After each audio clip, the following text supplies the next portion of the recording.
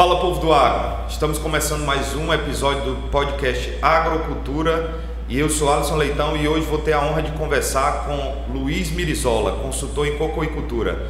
Muito obrigado, Luiz, por essa oportunidade, é uma honra recebê-lo aqui mesmo nessa modalidade virtual, mas é um primeiro contato e muito em breve espero recebê-lo aqui nos nossos estúdios na Faculdade Vidal em Limoeiro do Norte. Muito obrigado pela honra. Obrigado pelo convite, é sempre uma satisfação e uma honra estar aí podendo ajudar e podendo passar informação dessa cultura maravilhosa que é o coqueiro. E assim que possível, sem dúvida nenhuma, a gente pode ir para aí e fazer um bate-papo aí também, presencial. Com certeza, o mercado da cocoicultura é gigante, né? E não vão faltar temas e oportunidades para a gente bater esse papo. E aí já indo direto ao assunto, direto ao ponto, Luiz, como que foi a sua chegada ao mercado da cocoicultura? Você, desde a graduação, já tinha esse objetivo? Ou ao longo da sua trajetória aí, você foi meio que conduzido e, obviamente, por motivos muito fáceis de entender, se encantou com essa cultura maravilhosa, né?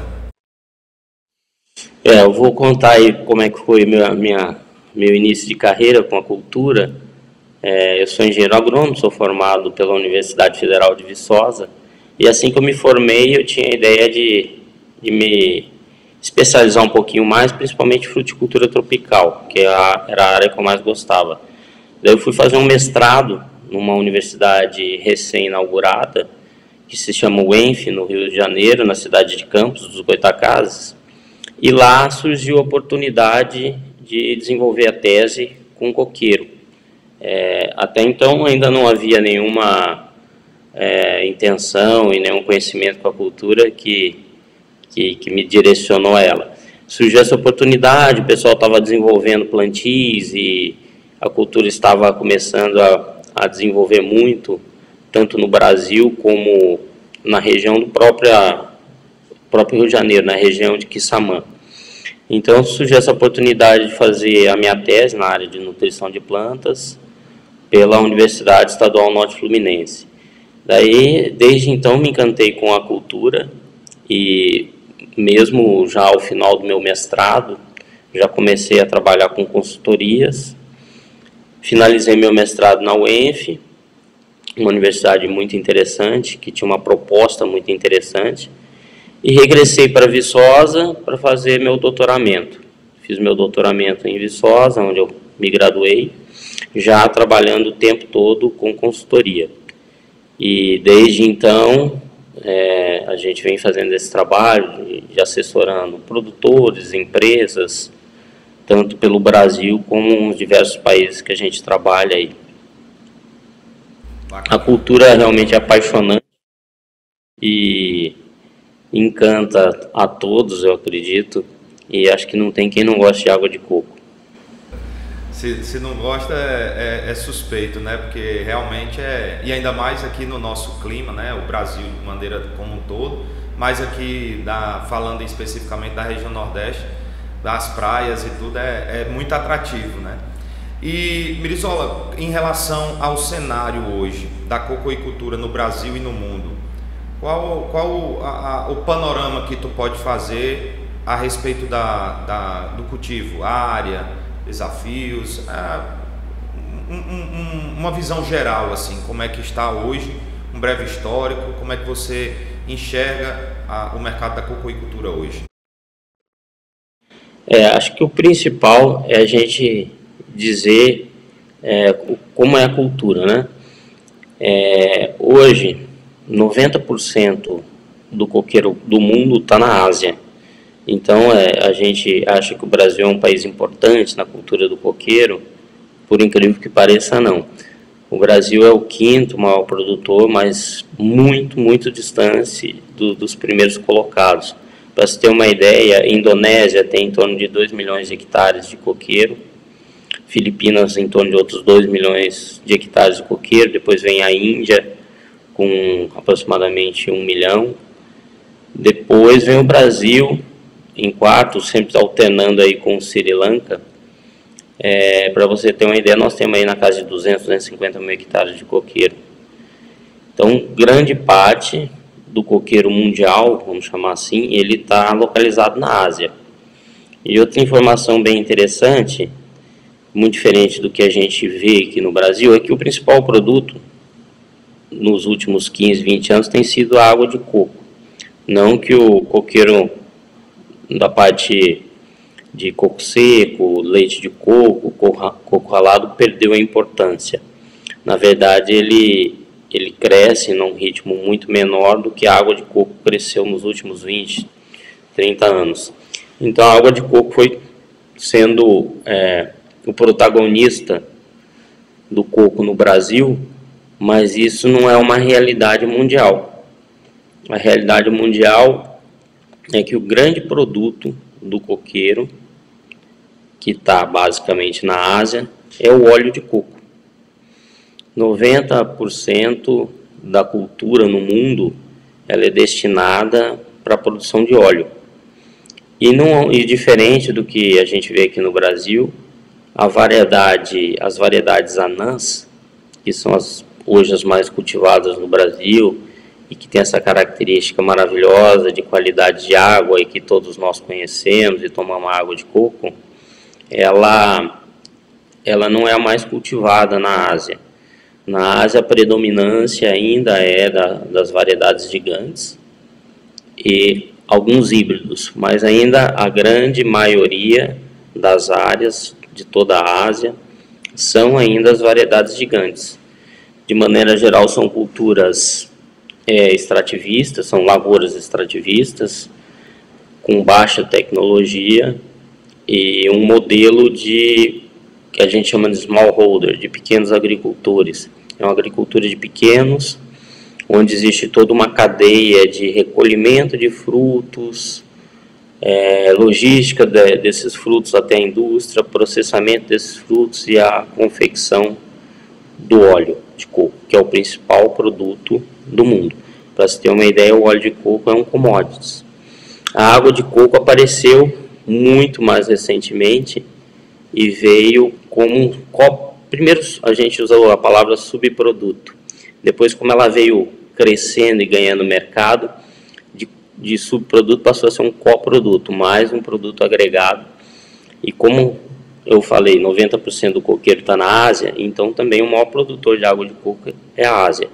Diferente do Brasil, essa água é proveniente do coco seco, do coco que vai para a indústria para ser processado, para retirar a massa e depois retirar o óleo. Então se tira essa água, se saca essa água do coco seco e essa água é processada e vendida no mundo todo também. Já o Brasil ele já fez um caminho diferente. A gente investiu mais nas variedades anãs e a colheita do coco verde, não em ponto de maturação para carne. A gente colhe esse coco bem anteriormente e retira a água com qualidade muito melhor e com sabor muito melhor do que o do coco já maduro. E isso é em função do valor agregado ou em função da região como um todo, fazendo um paralelo entre Brasil e a Ásia, no caso que você citou que o principal mercado deles é o de extração do óleo e não da água, né? Mas isso se dá por conta do mercado em si ou falta de estrutura para operar esse óleo? O Brasil, ele nunca foi, na década de 40, 50, principalmente pós-Segunda Guerra, o Brasil tinha uma produção de óleo significativa e o óleo que a gente chama de banha de coco, que ficou conhecido, os avós de todo mundo aí conhecia bem, principalmente no Nordeste, se cozinhava com banha de coco, com óleo de coco. Era um produto usado e bem usado no Brasil também. E existia até a década de 80, 90, esse uso do óleo de coco. Depois dos anos 70, 80, ele começou a perder mercado e aí tem uma série de fatores aí que tem influência nessa mudança do uso do óleo de coco para o uso do óleo de soja, de girassol, de canola. Então o óleo de coco foi perdendo espaço no mercado nacional e no mercado, principalmente no mercado ocidental. O oriental ele ainda tem uma participação gigantesca e é muito forte na culinária também. E o Brasil foi perdendo essa força e concomitantemente começou-se a tomar água de coco. Inicialmente era aquela coisa de turismo, em que o sujeito do Sudeste vinha para o Nordeste, chegava aqui no Nordeste, ia para a praia, tomava uma água de coco, gostava daquilo. Daí houve uma crescente demanda de mercado por esse produto. Daí descobriu-se que as variedades anãs, nós temos aqui uma variedade que a gente chama de anão verde do Brasil, que é uma variedade que tem uma qualidade muito boa de água. Daí começou-se a haver uma mudança e os produtores começaram praticamente só a investir no plantio da variedade anã para água, inicialmente Rio de Janeiro, depois foi universalizando no Brasil. Hoje você encontra água de coco em praticamente todas as cidades, todas as capitais, mesmo nos interiores distantes das regiões produtoras, porque já tem logística de distribuição e tudo mais. E o óleo de coco perdeu força, que é uma história bem longa do porquê disso. Tem muito a ver até com a Segunda Guerra Mundial, porque o óleo de coco era o principal óleo, junto com o de dendê, eram os dois principais óleos usados na culinária no mundo. Com a Segunda Guerra Mundial, os japoneses acabaram fechando essa linha com a Ásia, que era quem produzia em grande escala os óleos. Daí os países ocidentais buscaram alternativas para esse suprimento de óleo e veio a produção do óleo de soja, óleo de canola. Daí houve como é que eu posso dizer, uma propaganda até enganosa, uma criminalização do uso do óleo de coco, que não fazia bem para a saúde, que não era bom. Por quê? Porque queriam vender o óleo dos países ocidentais, dos países temperados. Quem produzia esses óleos? Estados Unidos, Europa. E então houve uma demonização, eu uso essa palavra, do óleo de coco, dizendo que era ruim, que não era um produto legal, que não era bom para a saúde. E não é verdade. Como diz, toda mentira dura por um tempo só, mas toda mentira vem abaixo. E hoje o óleo de coco vem ganhando novamente espaço na culinária, mesmo nos países europeus, mesmo na Europa. Ele vem ganhando esse espaço e vem tomando novamente um mercado dos óleos que a gente vê mais hoje, que são os óleos de canola, de soja, de milho, e tem desenvolvido novamente o mercado. E nesse período que eu falei, principalmente depois da década de 80, 90, a água de coco ganhou muito espaço. Hoje em dia nós temos basicamente 2 países que cultivam realmente as variedades anãs. O Brasil, que hoje eu acredito que mais de 60%, 70% do que se é plantado é com a variedade anã verde do Brasil. E a Tailândia. A Tailândia também é um país que tem tradição com água de coco, com derivados e produtos da água de coco. Eles têm uma variedade lá que chama anão verde aromático, que é uma água de coco característica, bastante exportada também, vai bastante para a Europa, para os Estados Unidos, esse fruto e a água processada.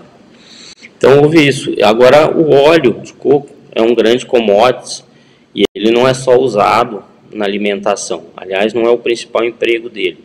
O óleo de coco ele é muito rico em ácido láurico e que é um principal componente de produtos relacionados à beleza, a shampoos, cremes, está diretamente ligado à indústria de cosmético. E também a outras áreas como aviação, lubrificantes.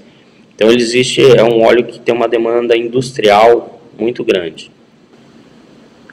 Legal, perfeito. E ouvindo você falar, vem muitas ideias na cabeça aqui que podem ser dúvidas de muitas pessoas. Mas aí já conduzindo agora para de fato a sua atuação, né, que você desenvolve hoje, quando você começou, Merisola, até hoje, como que foi que você definiria a evolução da cocoicultura no Brasil? Porque eu imagino que lá no começo devia ser bem extrativista, e hoje a gente já percebe que tem um emprego de uma tecnologia diferenciada, né? Desde a irrigação, passando até ao controle de pragas e doenças. E aí como que você faz a avaliação dessa evolução?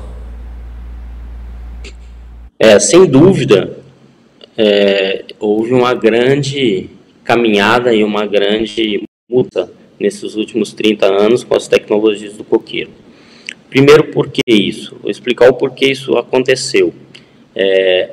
Até hoje a Ásia trabalha praticamente com extrativismo sem grande tecnologia, sem emprego de tecnologia. É claro que tem ilhas e bolsões com tecnologia, com empresas que produzem com mais tecnologia. Mas por que hoje o Brasil é o país que tem a melhor produtividade do mundo e a maior tecnologia de produção de coco do mundo? E o porquê isso? Pelo simples fato de que as variedades anãs são variedades mais sensíveis. Eu faço sempre um comparativo. O gigante é como se fosse uma vaca holandesa. O anão é como se fosse uma vaca holandesa. E o gigante é como se fosse uma vaca gir.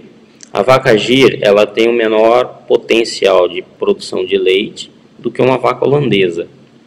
Só que ela é muito mais rústica. Se eu não tenho tecnologia, se eu não tenho um ambiente adequado, ambiente de muito calor, tudo, a vaca gir pode até produzir mais leite do que uma vaca holandesa numa condição muito adversa. Mas o potencial genético da vaca holandesa para produzir leite é muito maior do que uma vaca gir. Agora eu preciso colocar essa vaca holandesa num ambiente muito favorável. Esse ambiente favorável é com tecnologia, com proteção do excesso de temperatura, não pode ter endoparasitas, ectoparasitas, aí ela vai demonstrar o seu potencial e vai produzir muito mais. O anão é como a vaca holandesa. Ele tem um potencial de produtividade, de produção muito maior. É uma planta anã compacta, onde eu posso adensar mais o número de plantas por hectare. Tem maior produtividade por planta e também por hectare. Mas é uma planta mais sensível a déficit hídrico, às pragas, doenças. Então, como o Brasil veio plantando e investindo no anão, devido a uma demanda de mercado mesmo, querendo a água de coco, que é de qualidade, criou-se uma necessidade de gerar uma tecnologia. Então, a primeira coisa, o anão é muito sensível ao déficit hídrico. Quase todas as regiões do Brasil têm déficit hídrico pronunciado, então vamos irrigar. Daí depois veio a fertirrigação. Ele é mais sensível a pragas e doenças. Vamos trabalhar o manejo de pragas e doenças. Então, foi se criando tecnologia ao longo desses 30 anos, praticamente. E hoje o Brasil tem a melhor tecnologia de produção.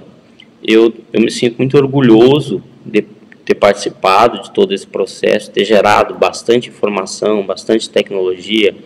Boa parte do que é feito hoje, utilizado no coqueiro anão e na cultura do coqueiro no Brasil e hoje em outros países, que eu levei essa tecnologia para diversos países. Inclusive, levamos a variedade anão verde do Brasil para diversos países, como México, Guatemala, Costa Rica, República Dominicana, Panamá, diversos países. Então, a gente também divulgou essa tecnologia que foi criada e desenvolvida no Brasil e em outros países. Então, eu participei desse processo de criação de tecnologia, desenvolvimento de tecnologia. Como eu falei, hoje nós somos o país com a melhor tecnologia de produção do mundo. Nós somos os campeões de produtividade, campeões de tecnologia comparado com todo o resto do mundo em produção de coco. E muito, como eu falei, muito em função da variedade do anão verde do Brasil, que exigiu isso da gente. Eu sempre brinco que a necessidade é que faz o sapo pular, né? E acredito eu que o desenvolvimento para chegar nessas variedades mais produzidas hoje, teve aí o envolvimento da Embrapa, obviamente uma grande levantamento de informações trazidos muito em parte por vocês que compõem a ponta, né? Que trazem a demanda inversa, digamos assim, do campo para a pesquisa. E como que foi esse processo? Porque de fato a gente percebe, dentre muitos atributos, que a facilidade hoje de trato cultural, principalmente colheita, devido ao porte da planta, ajudou bastante, né? A precocidade dele, que permite que haja uma produção maior. O potencial produtivo deve ter sido trabalhado também, algum tipo de resistência. E como que foi esse processo até chegar nessas variedades de maior potencial hoje? Toda pesquisa, ela tem que ser, na minha opinião, a pesquisa boa e a pesquisa aplicada. Ou seja, a pesquisa que vai trazer benefício ao produtor, a quem produz, a quem está à frente no processo produtivo, no campo, produzimento e fornecendo a população. Então, existe sempre gargalos e problemas que quem sabe dos problemas é sempre o produtor. O produtor que está à frente e que vê onde o sapato aperta, não é isso? Então, quando você tem profissionais trabalhando diretamente com o produtor, esse profissional ele serve como uma ponte entre os problemas que nós temos no campo e levar esses problemas para serem resolvidos para pesquisa. Daí essa interação eu acho que é de extrema importância para se ter bons resultados e para que os pesquisadores saibam para onde direcionar as pesquisas, para onde caminhar, aonde trabalhar. Então, eu posso dizer que eu pude fazer bastante essa ponte e trabalhei diretamente com vários pesquisadores, desenvolvendo tecnologia, tentando isolar patógenos, tentando trabalhar com Sinto muito, não compreendo. Controles de pragas, manejo dessas pragas, da parte nutricional. Então, tudo isso está sempre muito ligado, interligado. Você tem que ter o produtor, né, tendo uma demanda para um problema e a gente levando esse problema para pesquisa, para os pesquisadores, para as universidades, para as Embrapas e gerando junto informações para resolver esses problemas do campo, né, para as universidades levando essas necessidades resolver os problemas, melhorar, desenvolver tecnologia com as universidades, com a Embrapa. Então a gente fez bastante isso. E também desenvolvemos bastante tecnologia por conta própria. Quando eu falo por conta própria, com o próprio produtor mesmo. A gente fez muita experimentação no campo, com os produtores, principalmente os produtores maiores, onde tem uma capacidade maior de gerar informação. E com empresas ainda é mais fácil, né? Empresas geralmente têm uma equipe, tem já pessoas mais qualificadas para desenvolver trabalhos de pesquisa. Foi também gerada bastante dessa tecnologia hoje que está disponível para a cultura, foi gerada através de trabalhos dentro da iniciativa privada, dentro das empresas. E essas empresas, e essa tecnologia acaba sendo divulgada, né? Não foram tecnologias desenvolvidas que ficaram restritas às empresas, e a gente levou isso para os produtores, para a cadeia produtiva, e hoje eu diria, sem dúvida alguma, que o produtor, principalmente o produtor do coqueiro anão verde do Brasil, que produz coco principalmente direcionado para a água, tem uma tecnologia muito boa. Claro que tem produtores mais tecnificados, outros menos, mas de maneira geral o produtor de coco anão hoje, ele tem uma tecnologia muito boa, tem um conhecimento bom de tecnologias, emprega bastante tecnologia e sem dúvida é o país que tem a melhor tecnologia hoje de produção. No coco híbrido e coco seco é um pouco diferente, por serem plantas mais rústicas, como eu comparei inicialmente com do gado holandês e o gado giro, existe ainda muito extrativismo, principalmente na região litorânea, na beira-mar, tem muito coqueiro gigante, antigo, que é só feita a colheita. Vem mudando um pouco, de uns 10 anos para cá, o produtor de coco seco tradicional vem adotando mais essa tecnologia que foi gerada por o anão e conseguindo grandes produtividades, né? Já empregando irrigação, o plantio de híbridos, direcionados já para o coco seco, para a indústria e para o mercado do coco seco in natura. Mas ainda, de maneira geral, o grande emprego de tecnologia ainda está mais restrito ao coqueiro anão verde do Brasil, que é a principal variedade. Só uma curiosidade, o coqueiro anão verde do Brasil, embora tenha esse nome, é um material, o Brasil, a origem do coqueiro é da Micronésia, da Ásia. O coqueiro, acredita-se que foi introduzido aqui no início da colonização pelos portugueses, proveniente das ilhas africanas que Portugal tem, Ilha Madeira. Portugal passava pela costa da África quando vinha para o Brasil e acabou trazendo o coqueiro para cá. E o anão foi introduzido bem depois. Primeiro vieram as variedades gigantes, que geralmente o nome da variedade é dado de acordo com a região dela. Por exemplo, gigante da Praia do Forte, gigante oeste africano. Então essas variedades gigantes foram introduzidas desde a época do Brasil colônia, e as variedades anãs foram introduzidas bem mais recentemente. Foram a partir da década de 30, 40 que começaram a chegar ao Brasil. E a origem do anão verde do Brasil não se tem muito ao certo, mas por avaliações de genética, acredita-se que tem origem das Filipinas. E no caso, Brizola, em relação aos principais desafios hoje do trabalho com o coco, pedir agora aqui uma mini consultoria, né? Frente aos maiores desafios que você encontra no dia a dia como consultor, e para quem está assistindo, quais são os pontos que você considera hoje que merecem mais atenção e quais seriam, né?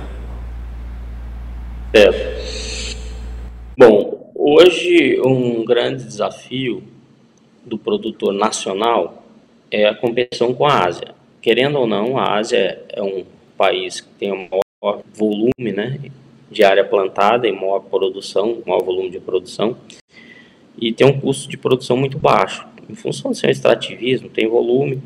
Agora, eles não têm a qualidade que nós temos. Qualidade de água de coco, por exemplo, mesmo nos produtos direcionados ao coco seco. Lá, por questões de logística e tudo mais, se perde muito qualidade dentro desse processo.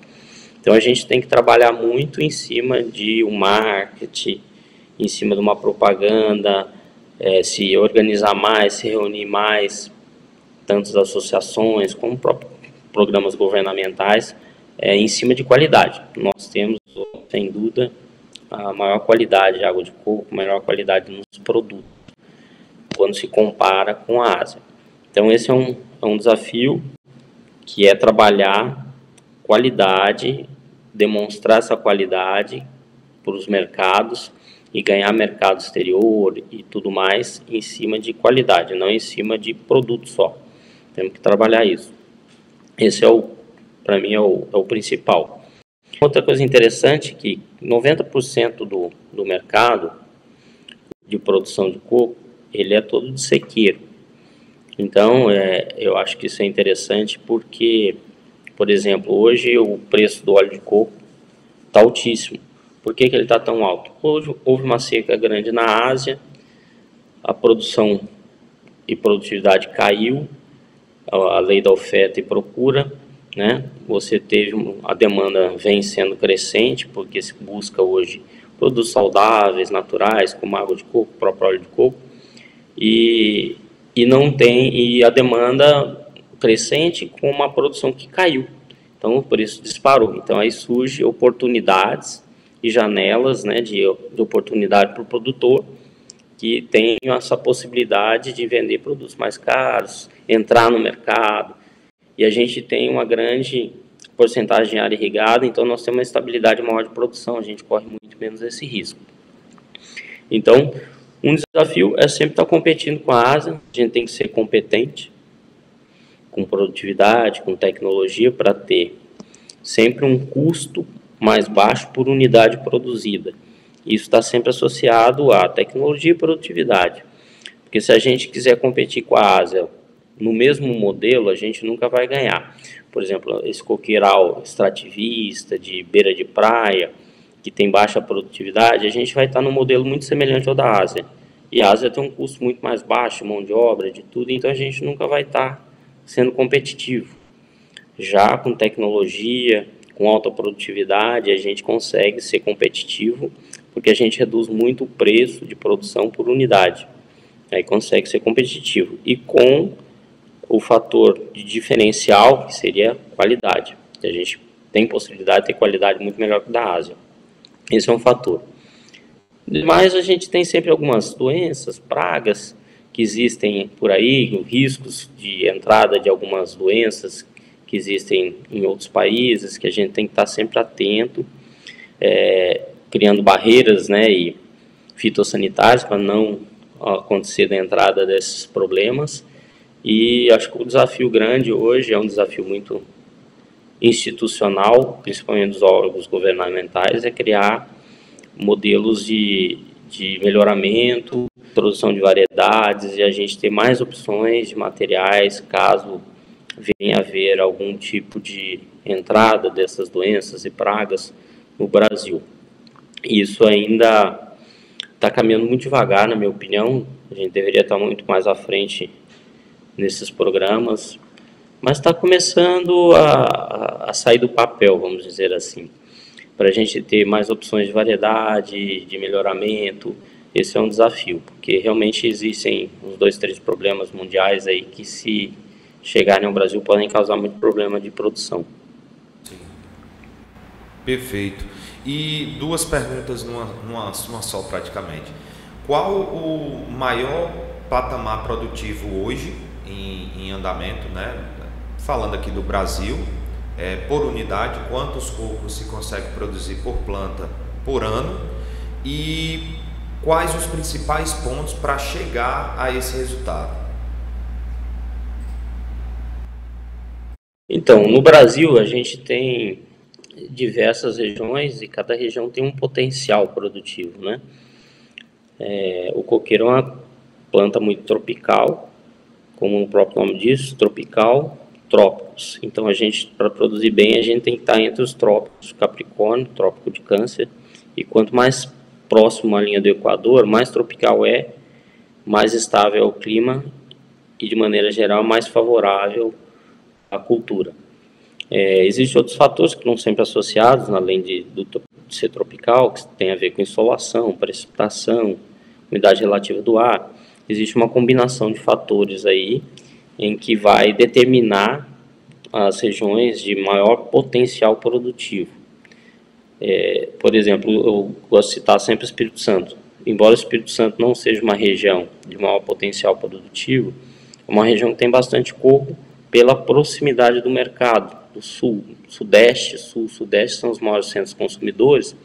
Então, mesmo não tendo um potencial maior, existe o cultivo da cultura e com boa rentabilidade em função da proximidade de mercado. Mas, então, há uma diferença muito grande de produtividade de região a região. Mas as regiões mais aptas, mais produtivas, daí nós vamos falar do anão verde do Brasil, é possível produzir até 500 frutas por planta ano, com qualidade, voltada à indústria ou mercado. Já no híbrido, quando você passa para o coco seco, esse potencial baixa bastante, porque você tem um gasto energético da planta muito maior e o fruto permanece na planta por muito mais tempo. A gente fala muito em quilos por planta. Esse potencial máximo para essas regiões melhores vai em torno de 200 quilos por planta ano. A gente tem produtores aí produzindo esses valores aí em algumas regiões de potencial maior. Claro que isso envolve muita tecnologia, né? Eu acho que o principal é a parte nutricional, realmente. O manejo hídrico, a parte nutricional bem equilibrada. Claro que tem manejo de pragas e doenças, também é muito importante, mas acho que o grande diferencial é o manejo hídrico, essa parte de irrigação e um bom controle da irrigação associado à nutrição da planta, principalmente sendo feita bem direcionada, com fértil irrigação, com análise do solo, foliar, você consegue manter um status quo nutricional da planta e conseguir essas altas produtividades. Perfeito. Dentro da parte de pragas e doenças, a resinose é uma que merece muita atenção, né? Para os produtores que já vêm empregando algum tipo de controle mais alternativo, do ponto de vista de uso de biológicos, por exemplo, você acha que essa é uma alternativa válida, que tende a crescer, ou já é uma realidade, na sua opinião? O Brasil hoje é o campeão mundial do emprego dos biológicos. Se vocês buscarem informações, você vai ver que o Brasil hoje é o país que mais cresceu e que mais cresce e que mais usa biológicos no sistema produtivo. Daí eu estou dizendo como um todo. E o coqueiro não vai ser diferente. Os biológicos chegaram e hoje eles são democráticos, vamos dizer assim. A gente tinha uma restrição de uso de biológicos, os valores, preços, a própria oferta que era muito menor e poucas empresas. Hoje a gente tem uma gama muito grande de empresas. Hoje se baixou muito os custos de compra dos biológicos, até pela concorrência e pela eficiência das empresas, que melhorou muito, e acho que também muito por esse novo processo de on-farm, de você poder multiplicar biológicos. É lógico que tem que saber multiplicar, tem que ter toda uma estrutura bem organizada, porque a gente vê muita coisa errada aí de multiplicação. Mas você tomando os cuidados corretos, tendo a tecnologia correta, hoje você pode multiplicar esses biológicos e aplicar. E o biológico, sem dúvida nenhuma, é um grande aliado. No caso que você citou, que é a resinose, ele tem um efeito muito bom, preventivo e um pouco curativo. O que a gente tem que mudar um pouco a cabeça é dessa coisa do sempre curativo. Muitas vezes o produtor busca o biológico quando já está com um problema muito avançado, o curativo. Muitas vezes ele também tenta, que é o caso, eu conheço muitos casos, principalmente com mamão, algumas outras culturas, o produtor fica no agroquímico, a hora que ele está desesperado, que ele não consegue mais, agora eu vou para o biológico. Buscar a solução depois de um desespero, depois de um problema de não conseguir controlar uma praga, uma doença. E a gente tem que mudar um pouco isso. A gente tem que começar com trabalhos com biológico preventivos. Começar bem antes das doenças se estabelecerem, dos problemas serem maiores.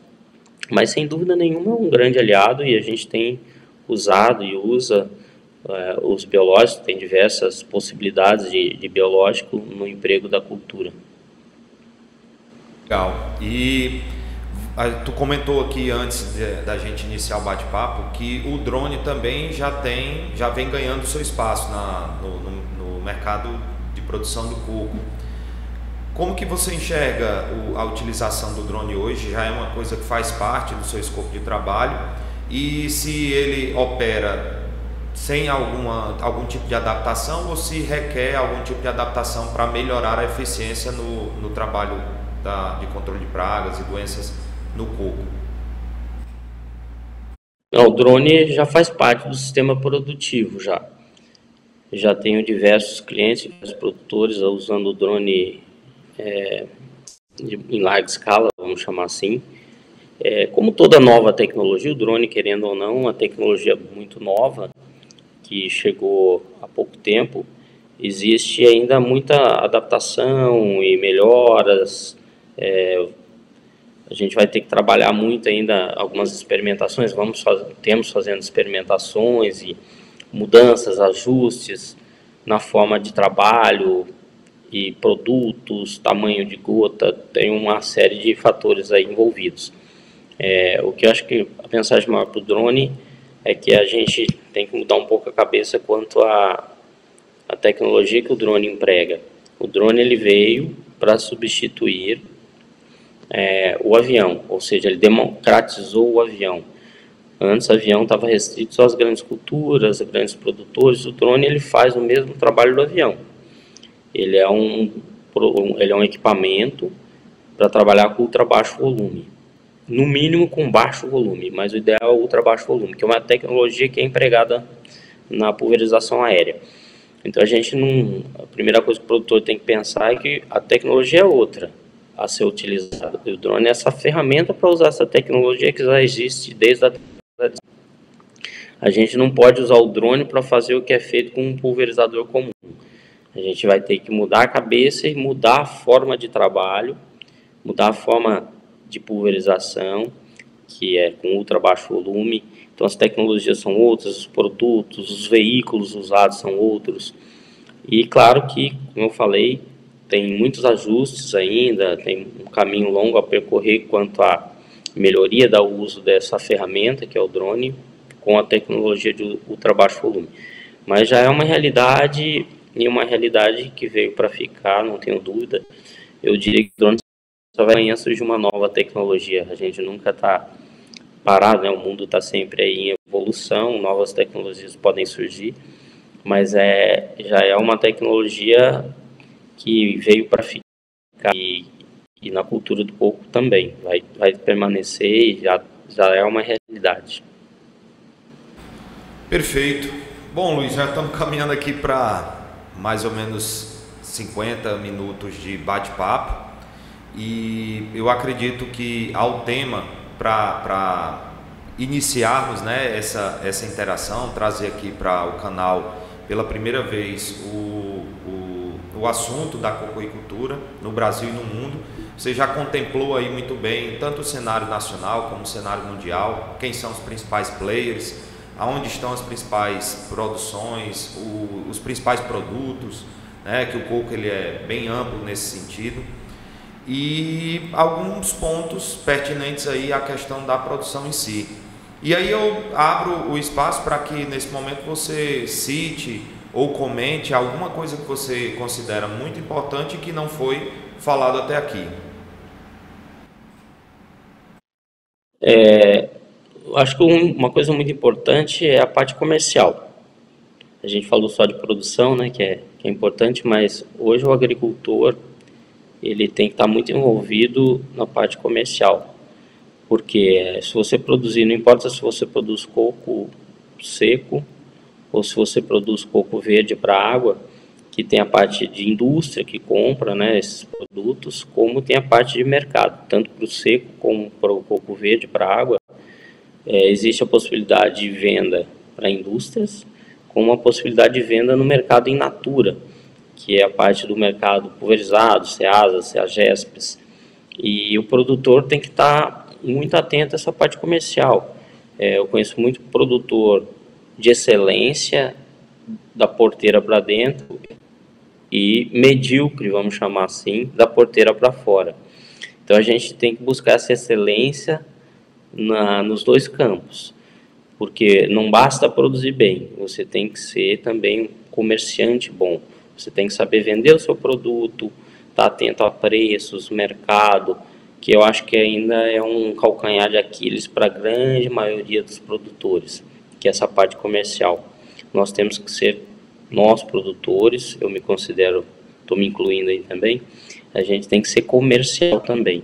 Esse é um fato que a gente tem que melhorar bastante, o produtor como um todo tem que melhorar bastante. É difícil você encontrar um produtor que realmente conheça o mercado, esteja sempre atento ao que está acontecendo no mercado, que possa prevenir e precaver e antecipar movimentos de mercado com estratégias de produção e etc.